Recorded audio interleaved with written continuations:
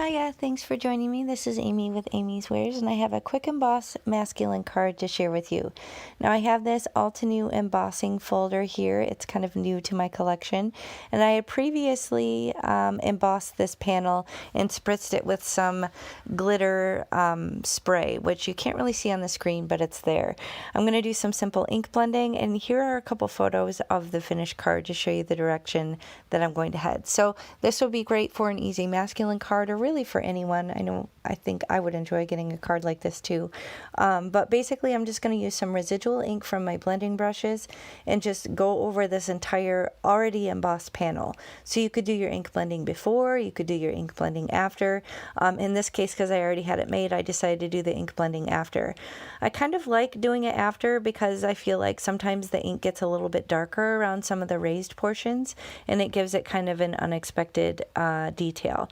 Now I'm going from my blue blending brush to my brown. I don't have a lot of residual ink on my brown, but brown is often a forgotten color, and I feel like it makes a really good complement on a lot of different combinations in your ink blending. So don't discount the brown or the gray, actually, which I'm going to come in with next.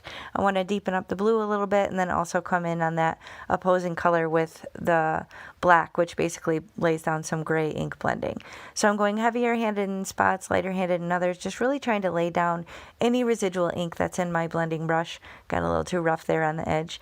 Don't be like me, just be a little bit more gentle.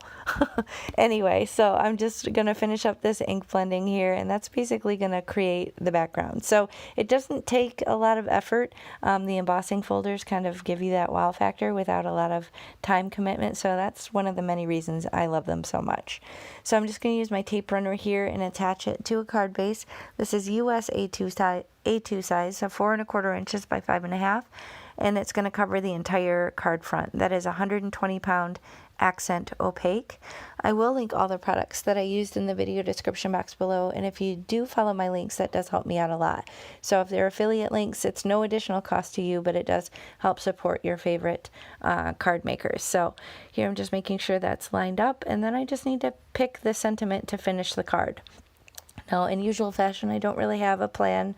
I just kind of decide on the fly what works with the design that I've created. And this is my sentiment binder. So I have baseball card pockets here that hold a bunch of already previously die cut sentiments, so they're ready to go.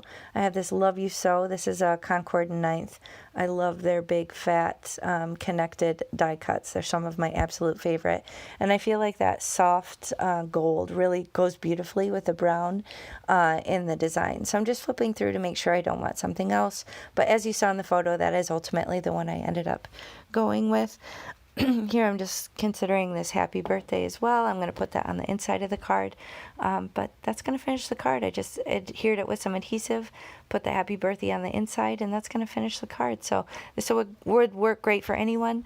A nice easy card to have in your stash with that impressive 3D embossing. So thanks so much for watching. I'll catch you next time. Bye.